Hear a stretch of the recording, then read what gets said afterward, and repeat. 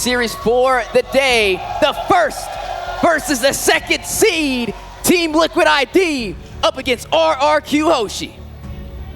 So TLID already kind of doing their homework. They know that RRQ loves to slot up this 1-1 early in the first phase, and TLID taking it off. And this is already a start to a very different draft of what we saw previously. Now, something else they took off the field is the Bruno.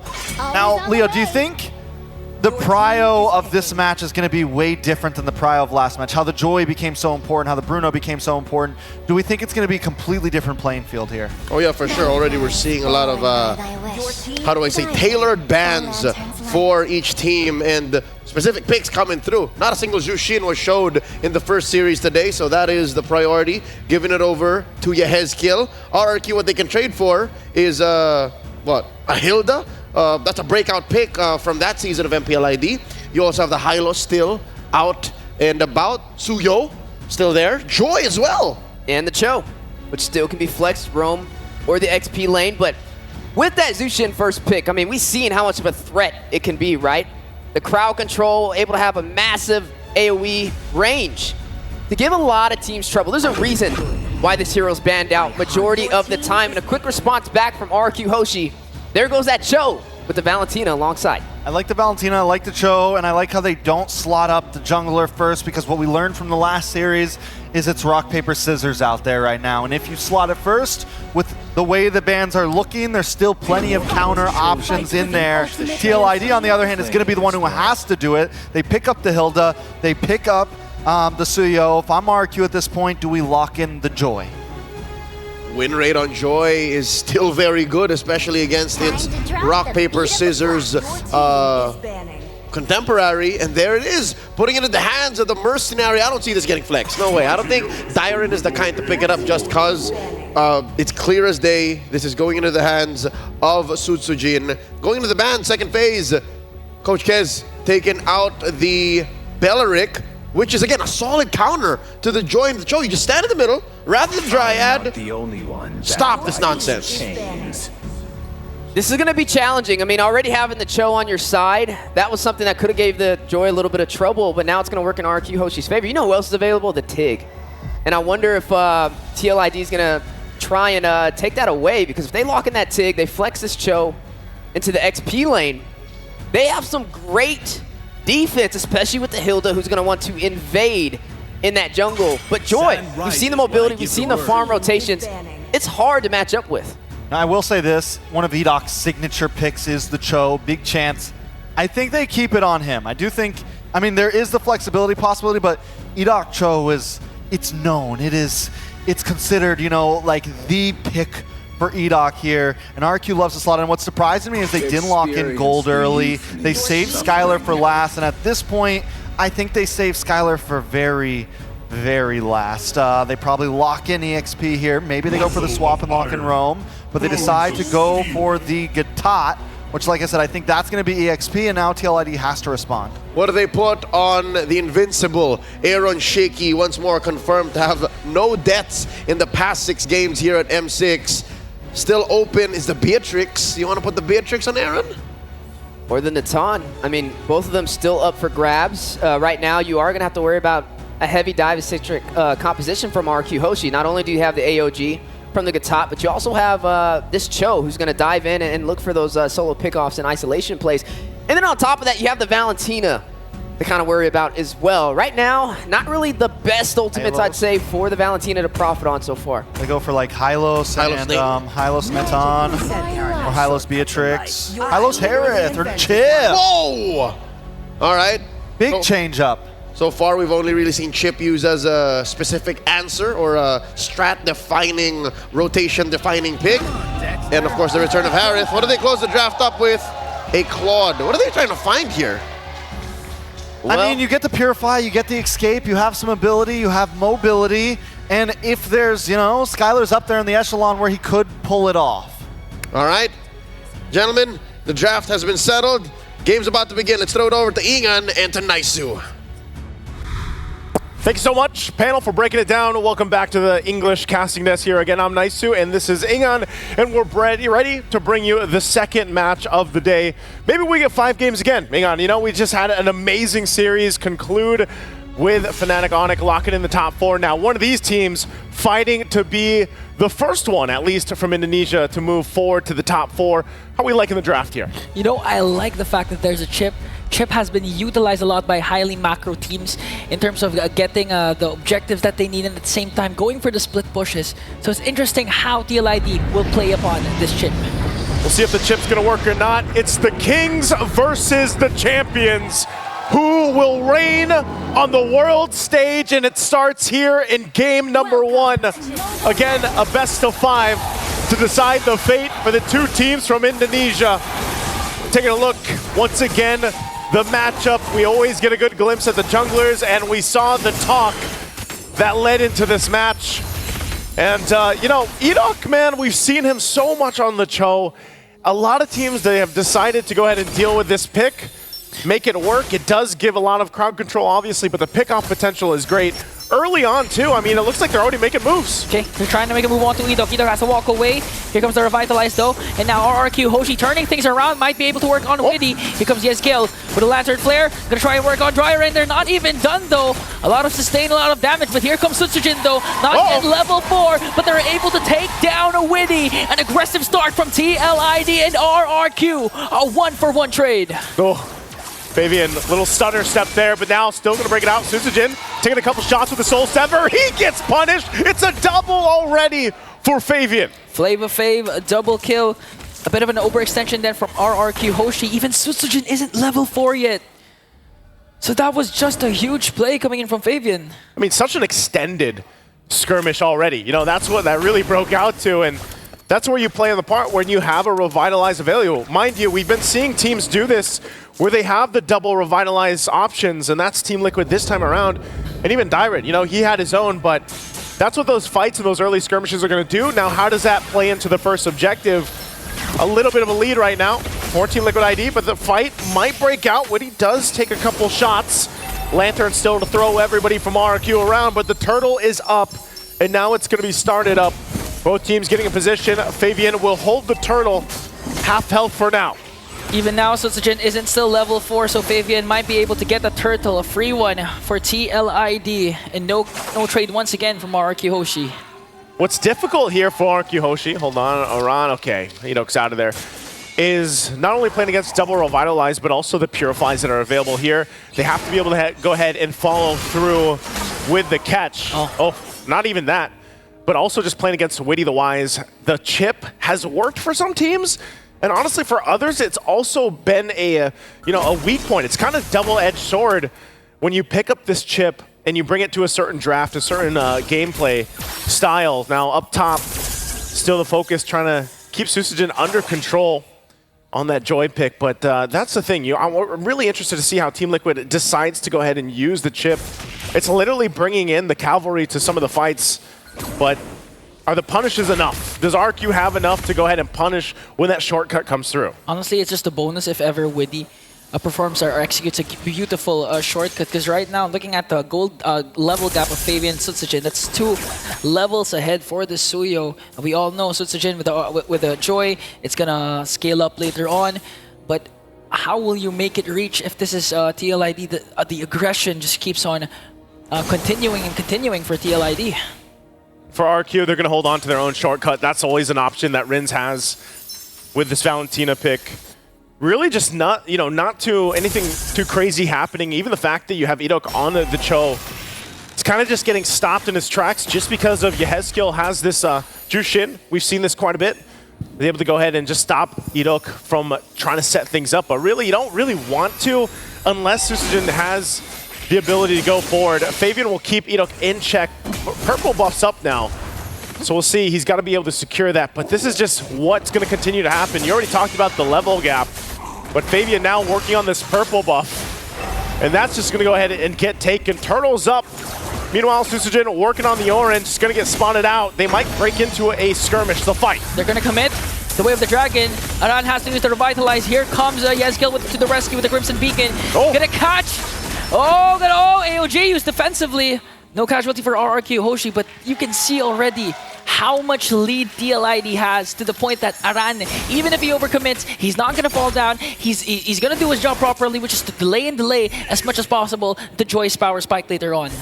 Even in this matchup, making his way. They know Aaron Shiki's there. Can he actually withstand this? Oh, blazing to it, but Aaron Shiki also has his Salmon Force. Here's Witty though. They're trying to work on Edok. Edok commits the kick, but he's gonna get bursted down. Coming in from Aaron Shiki. Aaron Shiki got the lead, and also 3 members ganging up on Witty the Wise, and he will fall down in the hands of Sutsujin.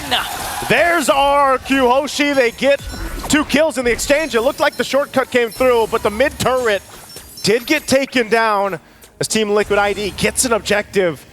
Surprising too, Skylar able to go ahead and withstand that. Yehezkiel delaying them a little bit longer from recalling. Now Aaron joins the fight, can crash down on Riz. Under the turret, gets dragged back, and Aran will get the kill. Where did Aran come from?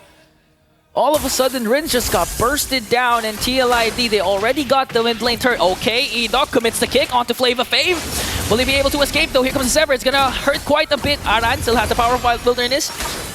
So TLID gonna go again for the purple buff steal. You're gonna take this, we'll see this time around. Suzujan's just here, just around the corner. Might actually just lose it. Again, there's a lot of pressure on that side of the jungle. And right now, even though RRQ Hoshi finds a couple kills, TLID holding on comfortably to the lead that they have. And they'll play around with some of the macro decisions that they have whenever they have shortcut available. So with this building into the next objective, they might go 3 for 3 on the turtles.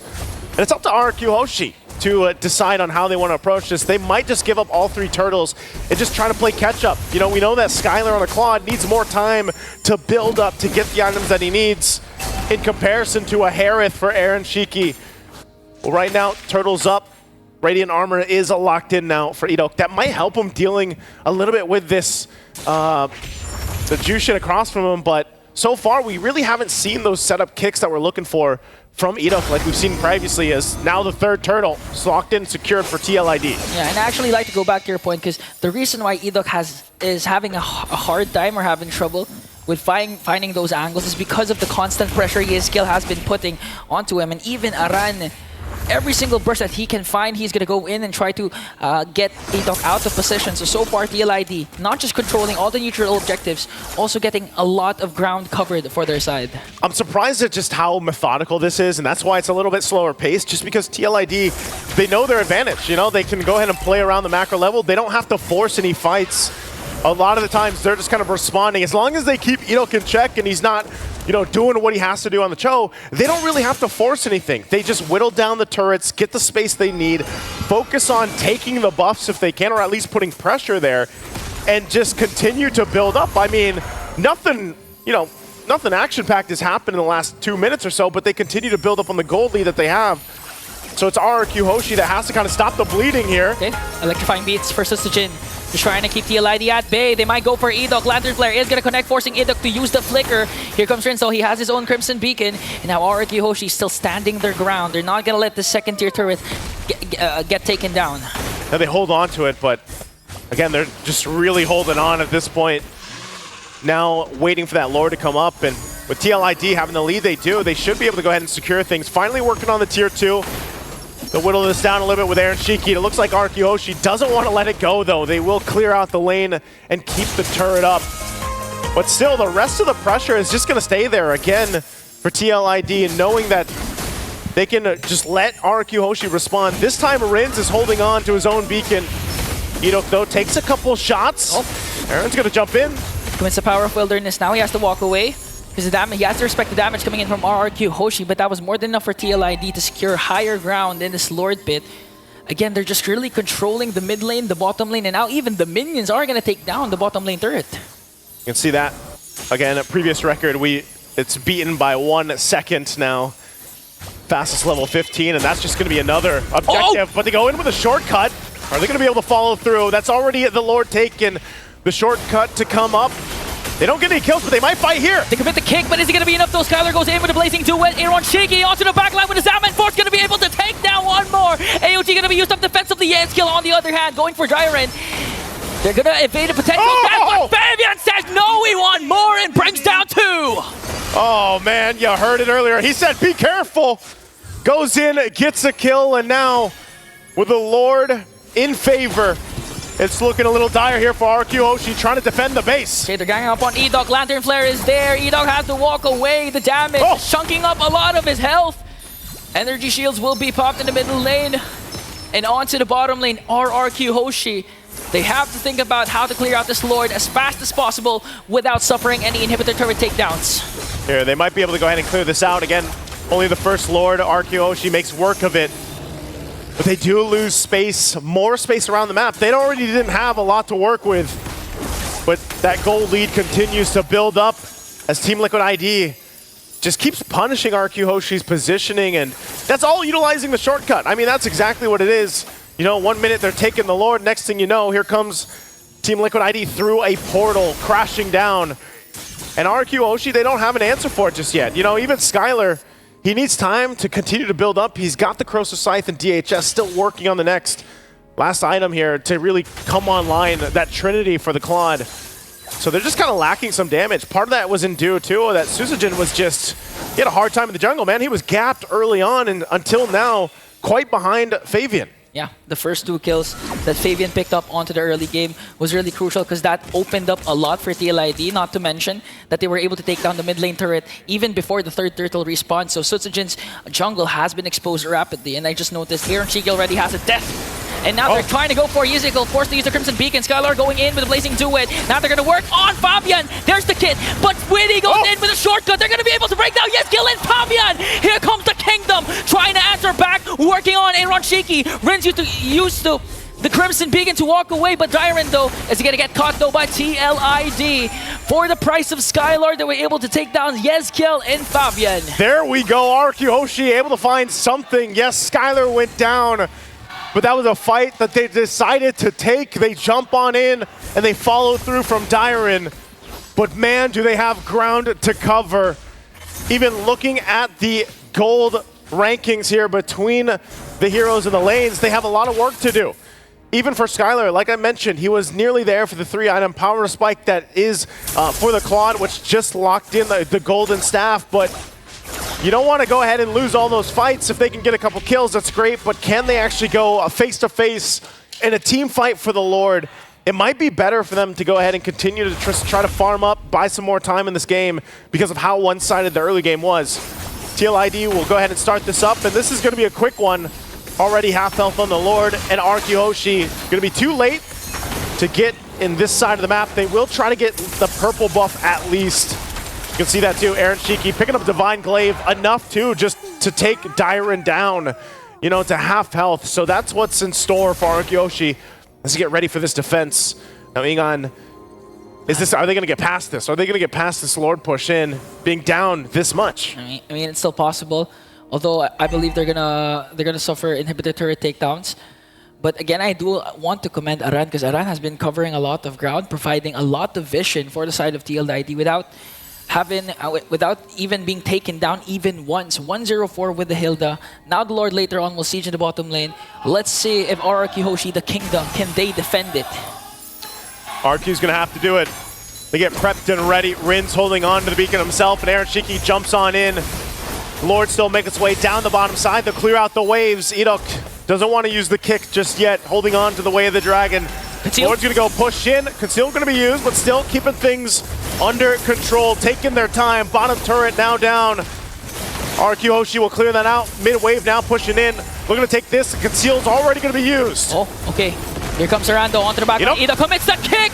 Plus the Blazing Duet, will they be able to take down more? Aran is going to fall down. Skylar with the Blazing Duet to try and clear out the minions. Sutsujin, Dyron is down. TLID trying to work on bringing down the Crystal, but RRQ Hoshi manages to defend the onslaught of TLID. Fabian goes in. Edok has to walk away. They don't have minions. Skylar goes 1v1, but there's a Winter Crown. 2 Winter Crown plays. Skylar might be able to escape, but Aaron Shiki says no. And then another. Edok falls down, and TLID with a Game 1 win.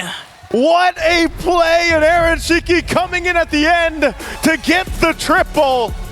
This game, he might not have been invincible, but man, did he come through in game number 1. 14 minutes, 2 seconds in. Very, very strong showing for the series already for the Cavalry.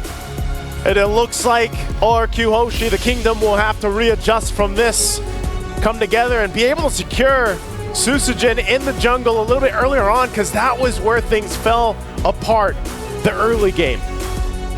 Can they make that happen? The panel, let us know what you guys think about game number 1 in this best of 5. A very fast opener to this best of 5 in the MPLID rematch happening at the M6 knockout stage. TLID draws first blood over the Kingdom. Gentlemen, we set up what could possibly happen here, and we had so many expectations, but is this what you saw coming? A 14-minute blitz, a liquid stampede, if you will.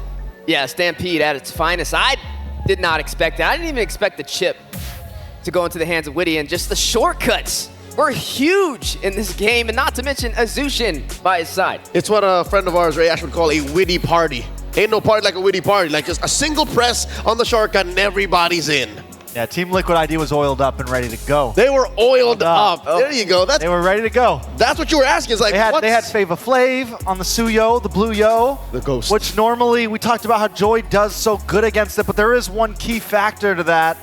Joy needs the time, it's got to be able to scale, and Team Liquid ID didn't let that happen. Fabian on point with the Suyo. A great performance. The Ghost of Jakarta. Ezekiel again with 1 death. Just dies once, right? Now you see, now you understand. The utility Jushin rears its beautiful head because very rarely does she ever show up in a game, but where they picked her, that blue 1. That's how you can get away with it. And that's, I'll tell you now, I think the Jushin was what stopped RRQ from ramping up into Susujin's Joy that would eventually snowball into Skylar's Claude. Like, that was the good stop. And a lot of focus in the draft onto Skylar in the beginning, right? We saw the double marksman ban come out. They banned his Wan, which pretty much opened up the door for that Zushin to walk in the draft. Yeah, and you know, we questioned the Claude pick. When we saw it, it was a little, how is this going to play? I felt like Skylar could maybe pull it off, but once it starts to fall behind, it is troublesome. And he also goes for a little bit of a defensive build there, picks up the tenacity. But I want to look at Aaron Shiki because he goes for bargain, right? He gets the bargain hunter. He goes for cooldown. This man is trying to get items as fast as possible, and he knows his team will buy him the time to do that. And once they were locked in, they were willing, like, Stampede, man, they were in the base. They were willing to push the limit and take it down to the wire. He did suffer a couple of deaths, 2 more than what he's used to in the past 6 games here. But hey, you do what you gotta do. Let's look at the post-game stats here, talking about damage, talking about farm. And you'll see here that it's all orange. It's all Liquid ID. We did break a new threshold, folks, a new record for the fastest level 15 in M6. It's currently Fava the Usurper, going to level 15 at 847. Fava Fave on point for TLID. You gotta love to see it. You know something else that stands out to me, Aaron Shiki, on this Harith, man. Monstrosity. I'm still stuck on that level 15. That's Under 9 minutes. That's almost 2 levels a minute. Homie was farming for next game. He was farming for next game. I mean, Fabian, and that's the thing when you look at this team, it's hard to just pick a singular player, right? Because yeah, Aaron Shiki played great, Fabian played great, Yeheskel played great, but none of them would have been able to do that if it wasn't for Aaron and Witty. I mean, the whole team is a full package and they bring it every single game. You say Aaron or Aran? Aran on the Hilda. There you go. He was checking, he was clearing bushes so that Witty can bring the party. There you go. I was like, wondering, Witty party. yeah, how does Aaron set up? Like, he's the player. He's the, You know what I mean. he's the payoff. Now, that level 15, does that also help with Witty having the shortcuts to traverse them across the map? For sure. I think the shortcut plus the Revitalize allows for a re-engage even after the hard dive on the shortcut. Here's the gold graph. Again, a very fast game. So, folks, you have to understand that this spike is actually sharper than what one would think. In 14 minutes, they were able to go 10K above RRQ. The TLID stock is rising right now. Gotta invest in it, man. Look at the difference. You didn't see a single moment. I mean, look at the objectives. There's nothing over there for RRQ Hoshi for grabs. Yeah, I mean, they were consistently in the lead. Even that one dip is only because they were looking to finish the game, right? It was only because they were putting this this Lord into everything on that final push there. Yeah, I think this is the Favian shutdown. That must have been the Favian shutdown, and then they clap back into a dominant position. And yeah, no, prior to that, they actually hit like 9K lead, and then the slow dip, and then the eventual finish. So this all happened within a matter of 2 minutes. 14-minute game. Game number 1 in Team Liquid ID's favor. Now, how does RRQ Hoshi bounce back? Before we jump into that, we got to see the bread and butter of what made this happen. That's right. We'll give the MVP nod over to, well, none other than the usurper Flavor Fave on that Suyo, breaking records. Again, you'll see in the highlights how exactly he did just that. Look at that, he's looks maxing. Yeah, I like it. So, I mean, we've talked so much about Aaron. We talked so much about his kill, but Favian, I mean, he's one of the one players who, when he gets his hand on this Suyo, he is a monster. It doesn't matter whether you pick the Joy. It doesn't matter whether you pick the Fredrin. I'm gonna wreck ya. And he brings the personality along with it, and he builds this aggressive build. This is the one man I know that threatens every other jungler he's about to face. He wants to solo kill you. He wants to solo kill King Kong. He wants to take Sutsujin's jungle. Oh, man. And I think that takes a, you know, a very specific kind of confidence, and he has the moves to back it up. Take some flavor. He has the Cho pose. But he's the Suyo main. Exactly. Deadly, a menace as we look at his highlights through game number 1 up against RRQ Hoshi. Just excellent positioning, 4, 1, and 5. Able to get the job done at a moment's notice. A well-deserved MVP. Sutsujin understands the power spike. Look at this level 3 diving in. Hold surge. And now hold my drink because I'm about to clean house.